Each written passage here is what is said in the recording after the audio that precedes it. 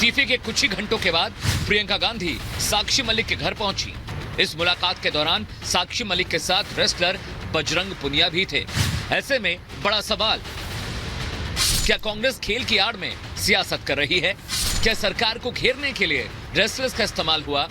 और क्या खिलाड़ियों को सियासी टूल का हिस्सा बनाया जा रहा है? वहीं WFI के पूर्व अध्यक्ष ब्रिजभूषण शरण सिंह का कहना है कि WFI पर लगा ग्रहण अब हट चुका है। भारतीय कुश्ती को 11 महीने पहले एक ग्रहण लगा था।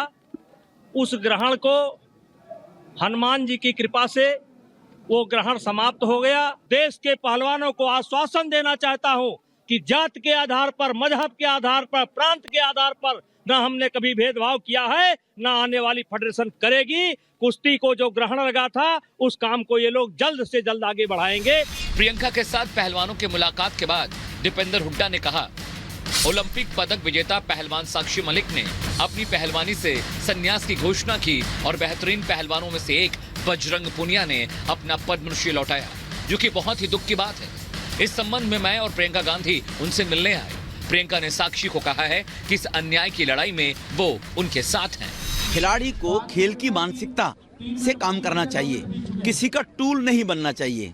राजनीतिक लोगों के शरण में आकर पिछली बार भी उनके भविष्य से हरियाणा के नेताओं ने उनके भविष्य को बिगाड़ने के लिए, अपनी राजनीतिक लाभ के लिए उनको आगे किया, उनको सपोर्ट देने की बात की। जिस तरह से इस पूरे विवाद में कांग्रेस और आम आदमी पार्टी शुरू से ही दिलचस्पी दिखा रही है, उससे एक बात तो तय है कि विपक्षी दल इस पूरे मामले को बीजेपी के खिलाफ इस्तेमाल कर सकते हैं। उधर जब WFI के नए अध्यक्ष संजय सिंह से इस बाबत पूछा गया कि क्या विरोध करने वाले पहलवानों के साथ अब अलग व्यवहार किया जाएगा, तो उन्होंने कहा, हमारे मन में किसी भी पहलवान के प्रति कोई दुर्भावना नहीं है। जो भी हमारे साथ आएगा और अच्छी कुश्ती करेगा उसका स्वागत किया जाएगा। ये सिर्फ हमारी जीत नहीं, ये पहलवानों की भी जीत है। Bureau report, Republic Bharat.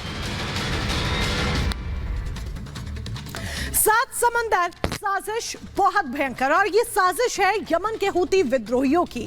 दरअसल यमन के हूती विद्रोहियों ने भारत के वेरावल से 200 समुद्री मील दूर एक टैंकर पर हमला बोला है। ये घटना 18 दिसंबर की बताई जा रही है। इस हमले में टैंकर में आग लग गई। गनीमत है कि कोई भी हताहत नहीं हुआ। रिपोर्ट देखिए।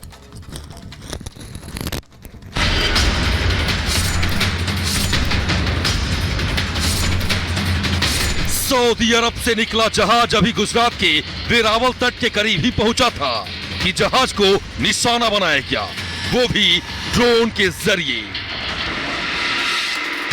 दावा किया जा रहा है कि अरब सागर में भारत की ओर आ रहे एक जहाज पर हूती विद्रोहियों ने ड्रोन से हमला किया है। ड्रोन की बमबारी से जहाज के एक हिस्से में आग लग गई। जहाज के कुछ हिस्से को नुकसान भी पहुंचा है। कड़ी मशक्कत के बाद आग पर काबू पा लिया गया।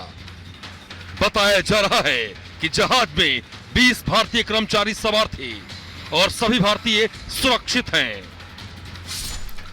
हूती विद्रोही ईरान की शह पर कूद रहे हैं। ईरान को रशिया साथ दे रहा है। रशिया चाइना को अपना दोस्त समझ रहा है। हूती विद्रोहियों ने लाल सागर में पिछले कुछ दिनों से हर कॉमर्शियल शिप के ऊपर अटैक करना प्रारंभ किया है। अमेरिका ने 20 देशों के साथ एक नेवल टास्क फोर्स वहां बना लिया है। अब अरब सागर के अंदर एक कॉमर्शियल शिप जो भारत आ रहा था और जिसका संबंध इजराइल से बताया जाता है, उसके ऊपर हूती विद्रोहियों ने एक ड्रोन से अटैक कर दिया है। हूतियों की हिमाकत के बाद भारतीय नौसेना ने अपने युद्धपोत को रवाना कर दिया है। इंडियन कोस्ट गार्ड के 7 हेलीकॉप्टर से भी निगरानी की जा रही है। कोस्ट गार्ड ने मदद के लिए ICGS विक्रम को रवाना किया है।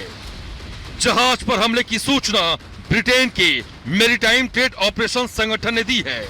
ये संगठन समुद्री गतिविधियों पर नजर रखता है।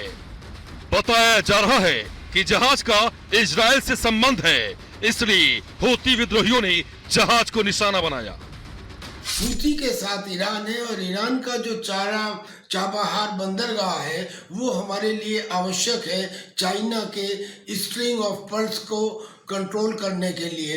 लिहाजा इस समय हमारी समझ में ये ठीक रहेगा कि हम बजाय किसी डायरेक्ट कन्फ्रंटेशन के इजराइल को एक्टिव करना इवेंट्स ना से ही कम टैसिट अप्रूवल अवश्य दें। लेकिन भारत के एक्शन से हूती विद्रोहियों में हड़कंप मचा हुआ है और वो भारत की जवाबी कार्रवाई से बचने की जुगत में है।